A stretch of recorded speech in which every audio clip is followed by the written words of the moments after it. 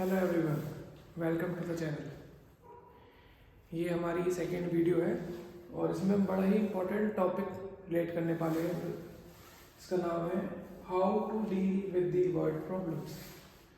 देखिए, बचपन से हमें ये वर्ड प्रॉब्लम डील करने में बड़ी प्रॉब्लम होती है मैथमेटिक्स में। फर्स्ट ऑफ ऑल हम ये नहीं समझ पाते कि कहाँ से इनिशिएट करना है, और अब जैसे जैसे हमारी क्लास इंक्रीज होने लगती है तो हमें प्रॉब्लम आ जाती है कि कैसे किसी भी मैथमेटिकल फॉर्म में कन्वर्ट करें जो लैंग्वेज में दे रखा है।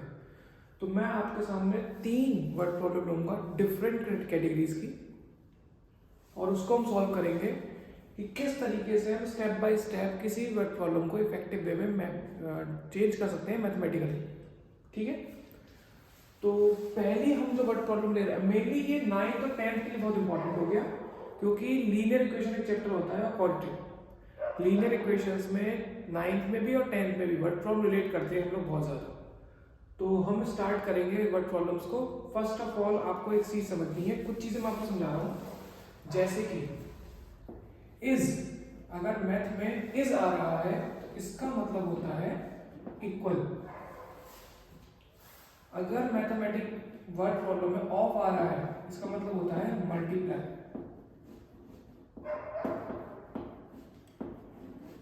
Of means multiply, bye means divide, and या फिर और। ये जो वर्ड होते हैं ये वर्ड प्रॉब्लम के केस में तो सिर्फ एडिशन का काम करते हैं।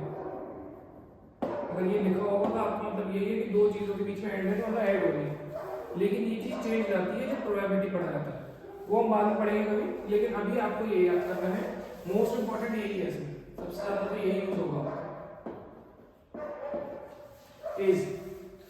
इसका मतलब होता है इक्वल्स।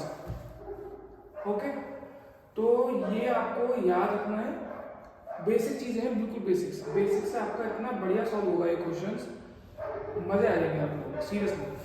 तो ये आप लिखना चाहें तो लिख लीजिए। मैं आपको 3 वर्ड प्रॉब्लम करा रहा हूँ। पहली वर्ड प्रॉब्लम डील करेंगे, और तीनों वर्ड प्रॉब्लम तीनों अलग अलग डिफरेंट कैटेगरीज की हैं, तो आप लोग समझ पाएंगे कि कैसे डील करना है आपको। तो पहले में, और तीनों ही मेरे ख्याल से एनसीईआरटी के लगभग अप्रोक्सीमेटली है सारे। तो मैं आपको पहली वर्ड प्रॉब्लम बताता हूँ क्या है।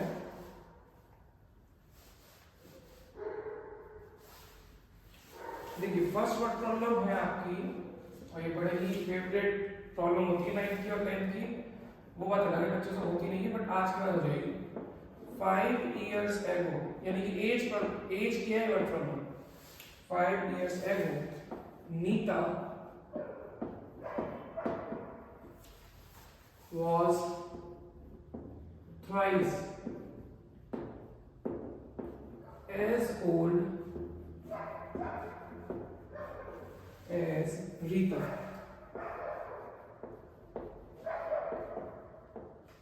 Ten years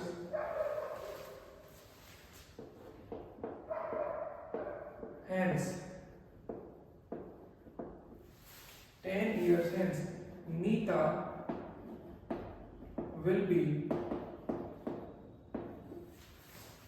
twice as old as Rita. Find their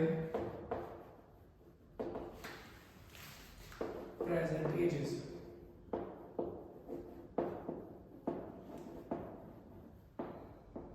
ये क्वेश्चन है,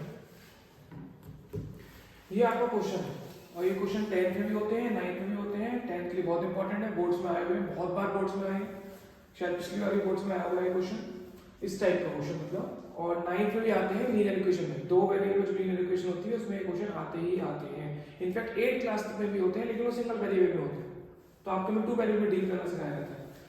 फिलहाल इस क्वेश्चन, ऐसे क्वेश्चन को करने के, एज का कोई भी क्वेश्चन, कोई भी क्वेश्चन, मैं आपसे ये कह ही नहीं रहा कि इस टाइप का कोई भी क्वेश्चन होगा इसका, आपको सबसे पहले क्या करना है, ऑलवेज, क्वेश्चन में कुछ भी दे रखा हो उससे मतलब नहीं है, always start the question from the present age. और उसमें आपको ये देखना है Nita was thrice as old as Rita, मतलब नीता की जो एज है उसका कंपैरिजन हो रहा है रीता से। तो मैं ये प्रेफर करता हूं कि जिससे कंपैरिजन हो रहा है, यानी कि यहाँ पे कंपैरिजन हो रहा है रीता से, तो रीता की एज को हम एक्स मानेंगे।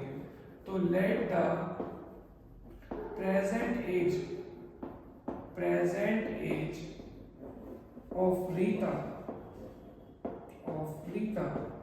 बी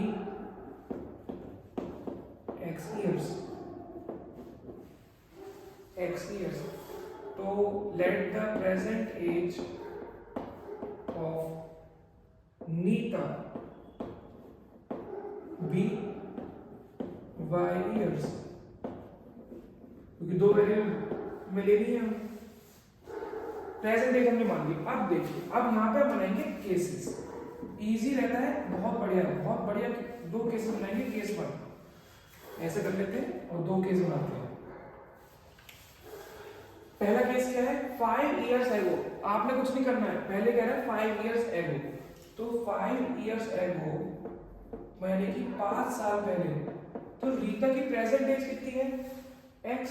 5 साल पहले कितनी हो जाएगी, x माइनस 5, फिर 5 कम हो जाएगी ना भाई। अभी प्रेजेंट एज कितनी है, x, 5 कम हो गई, ठीक है भाई, कोई प्रॉब्लम नहीं।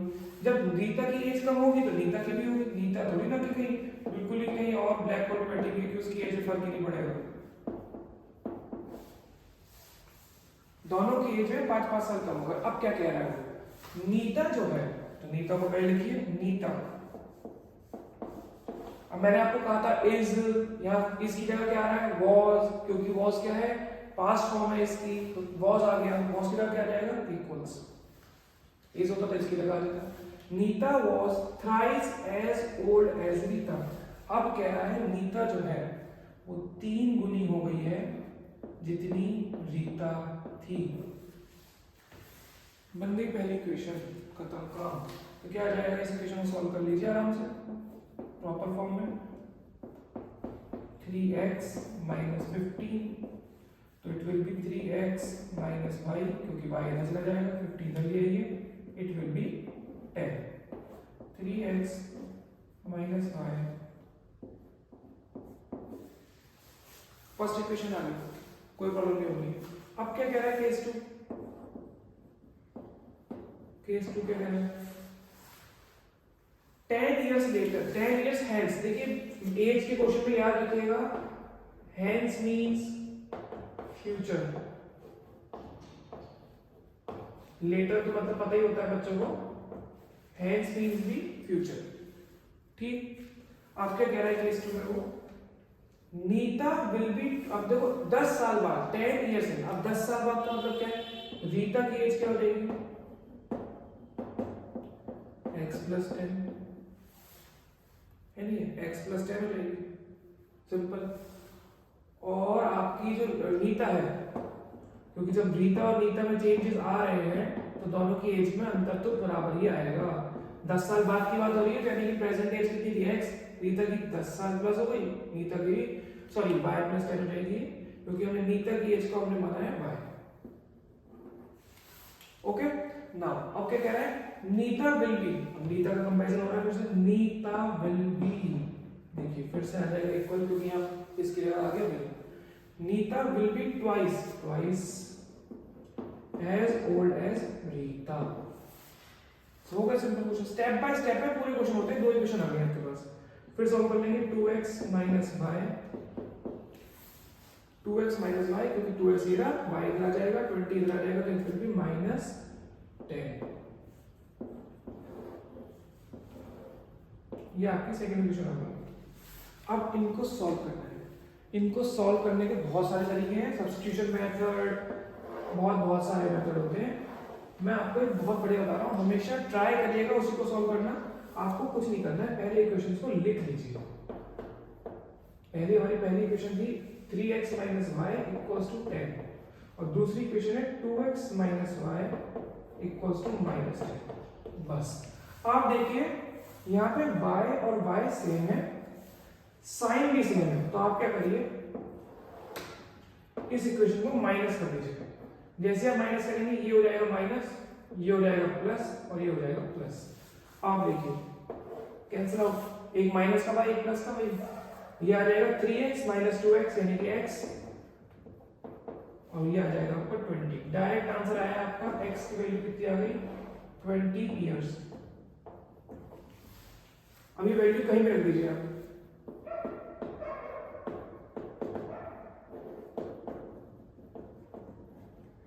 Putting the value of x in equation कोई भी, इक्वेशन 1 रख लीजिए, मतलब कोई भी रख सकते हैं आप, equation 1 equation 2, you will get the value of y। Check कर लेते हैं कितनी आएगी। इक्वेशन 1 हमारे पास ये है, तो यहाँ पे अगर हम x की वैल्यू रखेंगे तो it will B 50।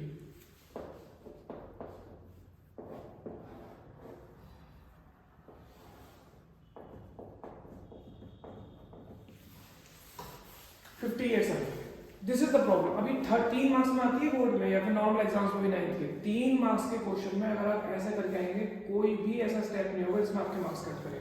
Very important, क्या इंपॉर्टेंट चीज है, पहली चीज आपको आता भी है क्वेश्चन तब भी गलत मार्क्स कट जाएंगे।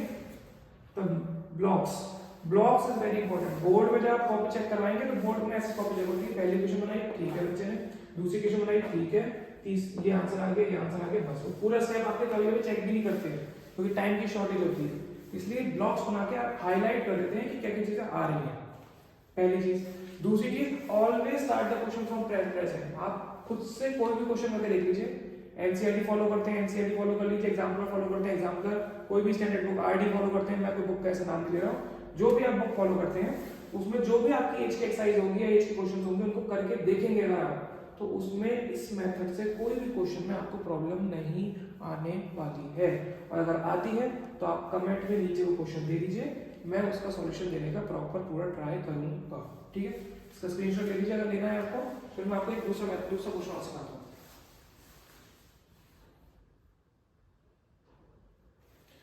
ठीक है। तो मैं अब आपको दिखाता हूँ ये क्वेश्चन के अलावा एक और क्वेश्चन जो बहुत यूनिक क्वेश्चन है, बड़ा ही फनी और मजेदार क्वेश्चन है, बहुत ही मजेदार क्वेश्चन।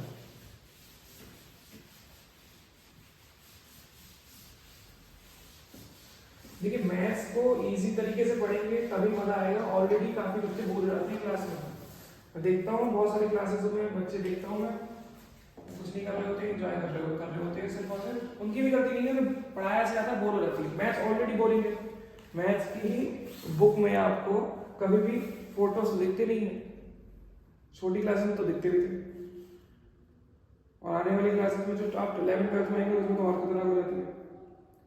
अब देखिए एक क्वेश्चन है ये भी बहुत प्यारा क्वेश्चन है, P and Q each have certain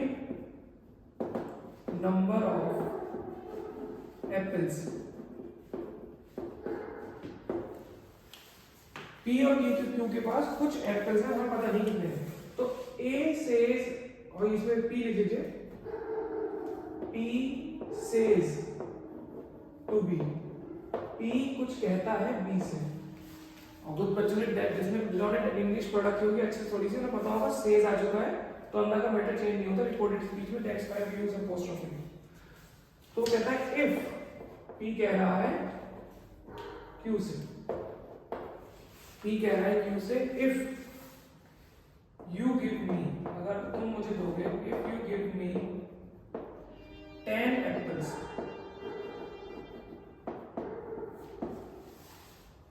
I will have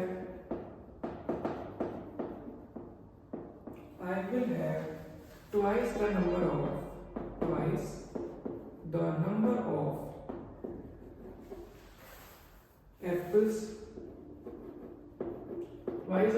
apples left with you। अब देखिए यहीं पे उसने पहली कंडीशन बता दी है आपको, अभी इसको लिखेंगे आराम से, लेकिन पहली कंडीशन यही है, खत्म हो गई पहली कंडीशन। अब जब P ने ऐसा कुछ कहा है Q से, Q तो चुप रहने वाला है नहीं, Q भी कुछ ना कुछ कहेगा तो जरूर, भाई ऐसे कैसे नहीं होगा, तो Q says to P, फिर Q कहेगा P से, क्या कहा, if you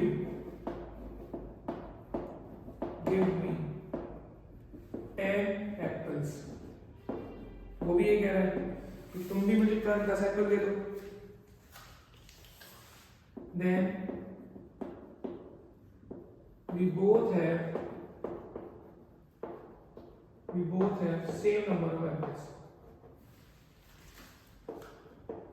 Same number of apples. और ये क्वेश्चन भी है आपकी बुक में, आया हुआ भी है एक बार.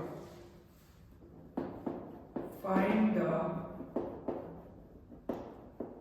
number of apples. मेनली वो आपसे पूछ रहा है कि P और Q के पास कितने एप्पल्स हैं इनिशियली उन पे कितने एप्पल्स हैं.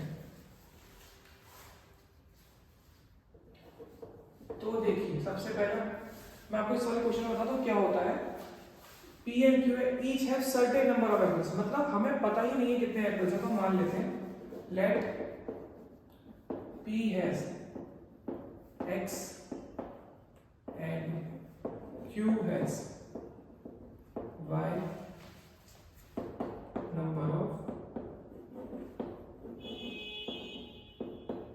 apples. Let P has X and Q has Y number of apples. अब देखिए बहुत मजा आएगा.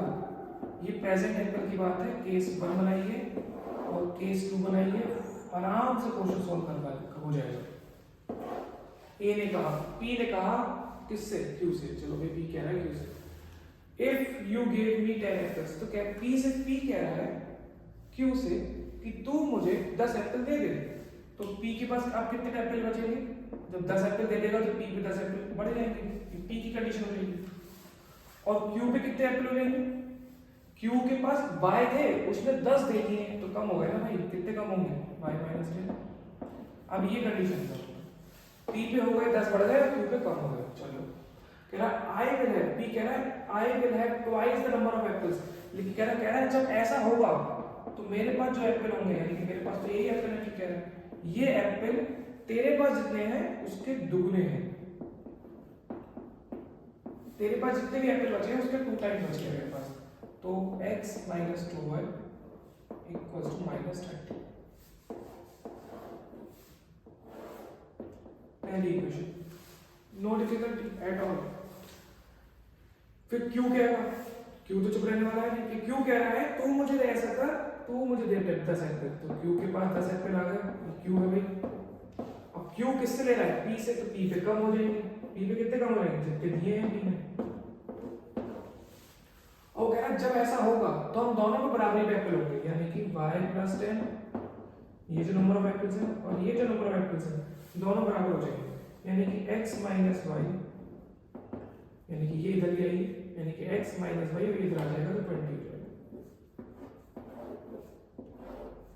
This will be your equation 2. ठीक, सिंपल सी बात. अब मैंने फिर से बताया आपको, ये क्वेश्चन लिख लीजिए. आपको लिख के आइडिया लगेगा करना क्या है.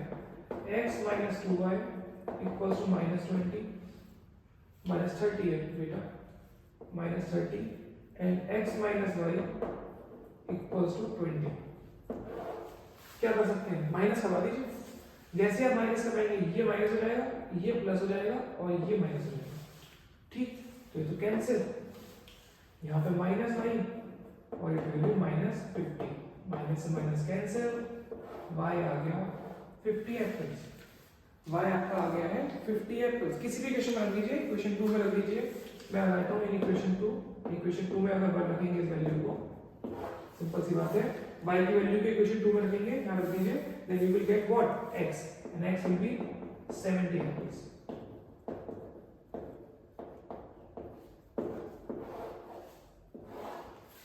x will have 70 apples. यानी कि नॉर्मल क्वेश्चन था, बिल्कुल आसानी से हो गया स्टेप बाय स्टेप करके. देखिए हर क्वेश्चन में अगर आप डिफरेंट मेथड्स को यूज करते रहेंगे, मेथड्स कहने का मतलब ये होता है कि आपको केसेस बना के करने में मेरे ख्याल से ज्यादा इजी रहता है. Step by step word problem को डील करेंगे तभी वर्ड प्रॉब्लम हो पाएंगी, वरना वर्ड प्रॉब्लम नहीं हो पाएगी. ठीक है, तो देखिए इसके बाद मैंने कहा था मैं 3 कराऊंगा. 2 ये हो गई है. एक और होती है लैंडिंग लाइब्रेरी वाली, जिसमें होता है कि कोई पर्टिकुलर डेज के लिए आपको बुक दी जाती है और उसके बुक्स के बाद आपको ये कहा जाता है कि इस बुक में पर 3 दिन का इतना चार्ज है, उसके बाद पर डे चार्ज लगेगा तो कितने दिन के लिए बुक रखी गई. ऐसा ऐसा क्वेश्चन होता है. वो एनसीईआरटी का क्वेश्चन है. एक टैक्सी वाला भी क्वेश्चन होता है, फेयर वाला, जो कि 9th में भी है और 10th में भी है. तो मुझे आप ये बताइए कि आपको वो क्वेश्चन करना है, उसको एक अलग तरीके से, इसी तरीके से, इतने इजी तरीके से करवाने की जरूरत है या कुछ और टॉपिक स्टार्ट किए जाए. आपको ये भी बताना है कि कैसी लगी आपको ये जो मैंने आपको थोड़ा ट्राई करा कि कैसे बट प्रॉब्लम डील करते हैं। बहुत तरह की बट प्रॉब्लम्स हैं लीनियर इक्वेशन में। आपकी डाउन स्ट्रीम अपस्ट्रीम क्वेश्चंस हैं, स्पीड के क्वेश्चंस हैं, न्यूमरेटर डिनोमिनेटर वाले क्वेश्चंस हैं, बेसिक्स क्वेश्चंस होते हैं जो सिंपल इंटरेस्ट के हैं, और आपके प्रॉफिट लॉस के क्वेश्चंस हैं। आपको अगर एक प्रॉपर वीडियो या प्रॉपर सीरीज चाहिए जिसमें आपको डील करना है बट प्रॉब्लम, क्योंकि बट प्रॉब्लम्स 1 मार्क या 2 मार्क्स में नहीं आती है, एटलीस्ट 3 मार्क्स में आती है कोई बट प्रॉब्लम, और अगर बहुत इजी बट प्रॉब्लम है तो 2 मार्क्स में आएगी। बहुत ज़्यादा है आपके में बट प्रॉब्लम, बहुत ज़्यादा इस बार है 10th में, क्वाड्रेटिक में है, लीनियर में है, एपी में है, तो आपको इसमें पता होना चाहिए कि इनको करना कैसे है। अगर आपने कोई भी स्टेप मिस आउट कर दिया है तो फिर नहीं हो पाएगी, फिर तो एक प्लस माइनस की गलती आ गई। बाई चांस अगर एप्पल नेगेटिव में आ रहे हो तो कैसे आ सकते हैं, एप्पल्स की क्वांटिटी नेगेटिव में नहीं आ सकती है। तो मेरी आपसे यही मतलब एक तरह से एडवाइस है, इसको अच्छे से करिए, कोई प्रॉब्लम नहीं है इसमें करने में, अभी भी बहुत टाइम है, प्रैक्टिस करिए प्रॉपर वर्ड प्रॉब्लम से। एक बार आपके हाथ सेट हो गया तो फिर आपको कोई प्रॉब्लम नहीं आने वाली है। एएच के क्वेश्चन मैंने बताया, ट्राई कीजिएगा घर पे खुद से करने के। इस टाइप के क्वेश्चन आपको शायद एक आध मिलेंगे, और अगर ये बहुत ही बढ़िया क्वेश्चन है, अगर बोर्ड में आता है तो बहुत कम स्टूडेंट्स होते हैं अटेम्प्ट कर पाएंगे, क्योंकि वो लैंग्वेज में फंस जाएंगे थोड़ा सा, तो ये आपको समझिए लैंग्वेज का रखिए लेस जरा, ठीक है। तो मिलते हैं हम नेक्स्ट वीडियो में, जब तक आप प्रैक्टिस करिए खूब अच्छे से मैथ्स में, कोई टफ नहीं है मैथ्स में मैथमेटिक्स, और मुझे बताइए कैसा लगा आपको ये सब पढ़ के, और कुछ आप जो भी अगर आप बेनिफिट हो रहे हैं इस चीज़ से तो मुझे ज़रूर हेल्प आउट करिए इस चीज़ में, ज़्यादा से ज़्यादा स्टूडेंट्स को रीच में पहुँचे, जैसे कि दूसरे स्टूडेंट्स को थोड़ा वेलफेयर हो पाए। ओके, चलिए, okay, thank you so much, bye bye.